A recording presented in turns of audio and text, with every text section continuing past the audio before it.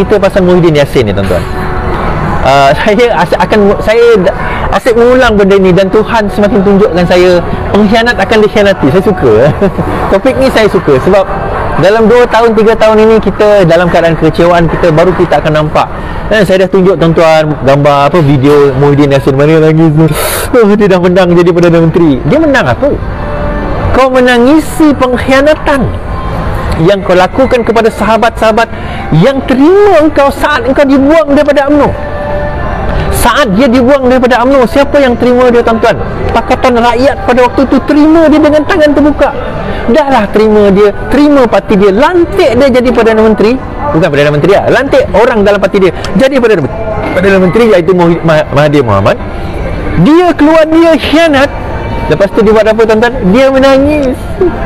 Terima kasih kerana melantik aku jadi Perdana Menteri. Kenapa tuan-tuan? Atas dasar kuasa. Now, isu dia apa?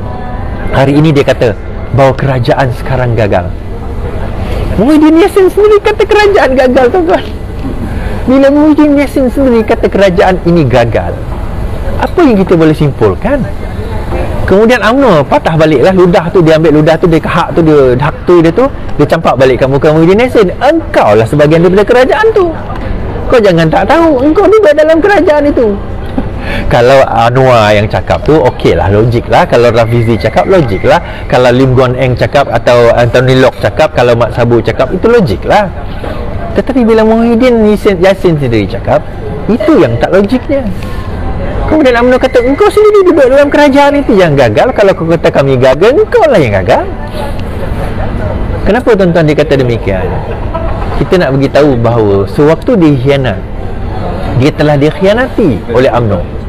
Dan bila dikhianati oleh UMNO, walaupun dia melantik Ismail Sabri sebagai Perdana Menteri, perjanjian pada waktu itu kena melantik orang bersatu sebagai timbalan Perdana Menteri. Yang ini saya kena bagi kudus kepada UMNO lah. UMNO ni bukan junior main politik. Dia ni dah senior main politik. Dah senior main politik. Dia kata kau nak pergi mam dengan kau lah kan.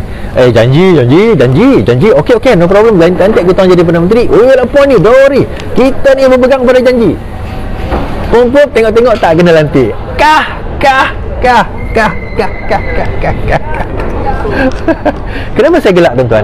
Masa dengan Pakatan Harapan dahulu, sewaktu Kak Wan dicadangkan menjadi Perdana Menteri oleh Agong pada waktu itu, Agong kata baik Kak Wan jadi Perdana Menteri sebab Kak Wan command majority. Kak Wan kata apa? Saya berpegang kepada janji. Itu orang yang berintegriti tuan-tuan. Inilah orang yang kita nak lantik jadi pemimpin kita. Saya saya malas nak cerita lah kan? Adalah kisah saya dengan pemimpin Pakatan Harapan ni yang orang kata menyebabkan hati saya. Orang yang benar-benar ikhlas kita kata nak berjuang untuk rakyat, yang tak memikirkan. Rafizi tuan-tuan, kalau kita tengok di sini cakap kereta dia 10 tahun dah bayar hutang. Kereta 10 tahun buat apa? Dia kata nak pergi belanja beli kereta baru. Samalah kereta saya pun dah 11 tahun dah. Kan? Oh, nanti kau dah berkuasa, nanti kau belilah kereta baru. Yalah, kalau saya ada gaji yang besar, saya belilah. Tapi buat masa ni gaji kita spend lah dekat program-program dan sebagainya. Sementara kereta boleh jalan, tapi kalau kereta dia tak boleh jalan, mogok dah, nanti kena beli kereta baru lah. Poinnya adalah tuan-tuan, saya nak bagi tahu, inilah dia pengkhianat ni. Kesan kepada pengkhianatan apa dia tuan-tuan? Kesan kepada pengkhianatan ini membawa agenda, membawa impak yang sangat besar, bukan setakat kepada orang di sekeliling dia, tetapi kepada diri dia sendiri. Akhirnya bila dia bersama dengan UMNO yang tak boleh dipercayai ni, nampak UMNO tak boleh dipercayai ni macam mana? Bila dia bersama dengan Pakatan Harapan dahulu, tengok Pakatan Harapan kata apa? Walaupun saya, padahal boleh je Kak Wan kata macam lah, okey lah, boleh lah, betul juga kot. Masa tu bersatu ada berapa? 12 kerusi, 13 kerusi je lebih kurang masa tu. Sebelum yang melompat tu masuk lah, UMNO melompatkan. PKR masa tu ada lebih 50 kerusi kan. Amanah lebih kurang dalam belah-belah kerusi je pada masa tu. DAP lah banyak juga. Tapi pada masa itu Kak Wan kata apa? Oh tidak, kerana saya telah berjanji. Ini orang yang amanah tuan-tuan. So bila dia bersama dengan pengkhianat, saya kata ya Allah ya Tuhanku, kita berdoa ya Allah ya Tuhanku, selamatkanlah kami daripada pengkhianat-pengkhianat.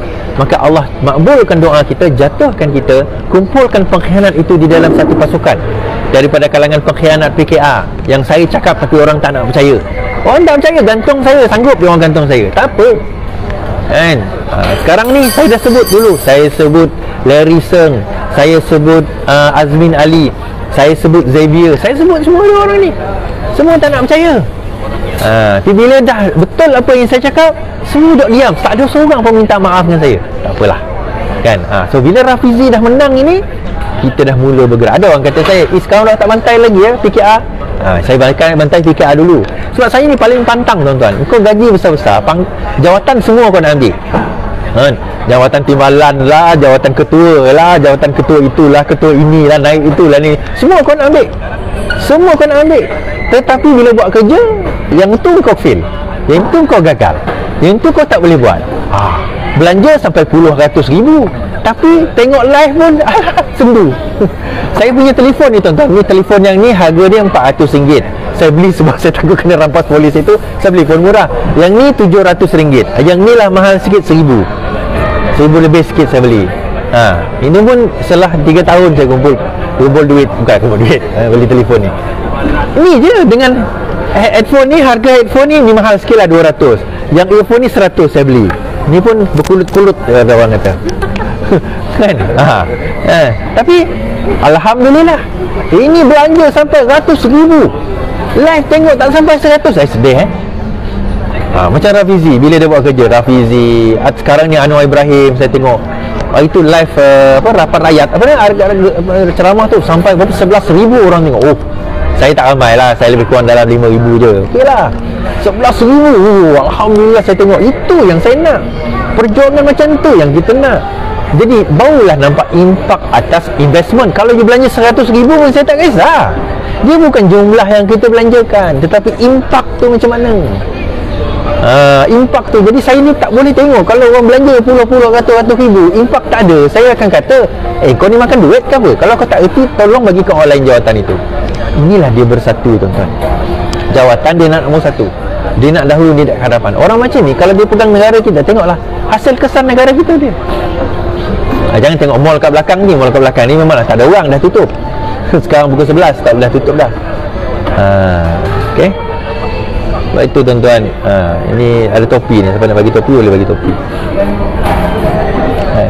So itulah, dia nak bagi bantai kerajaan ni sebagai gagal. Tapi jangan lupa, hashtag kerajaan gagal itu adalah kerajaan dia. Kerajaan 69 adalah kerajaan sekarang ini. Dua-dua gagal. Dua-dua telah gagal. Momentum tu kita ada, betul. Momentum tu sekarang dia ada.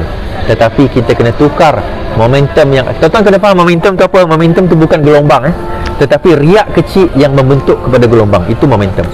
Tak guna kita ada macam Pepsi, kita ada cola, kocak-kocak, tapi sekejap. Kita tak nak macam tu. Kita tak nak kita nak dia sikit dan semakin dekat, makin dekat pilihan raya, semakin dekat, semakin kita boom, meletup. Logo baru akan diumumkan tak lama lagi insya-Allah. Untuk Pakatan Harapan, logo baru akan diumumkan. So hopefully kita sama-sama boomkan logo tersebut. Tak mustahil sebenarnya, tak mustahil.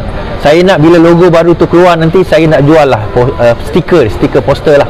Tugal poster tuan-tuan tampal dekat pintu rumah tuan-tuan. Tolong tampal dekat pintu rumah tu, tuan-tuan penyokong Pakatan Harapan. Okey?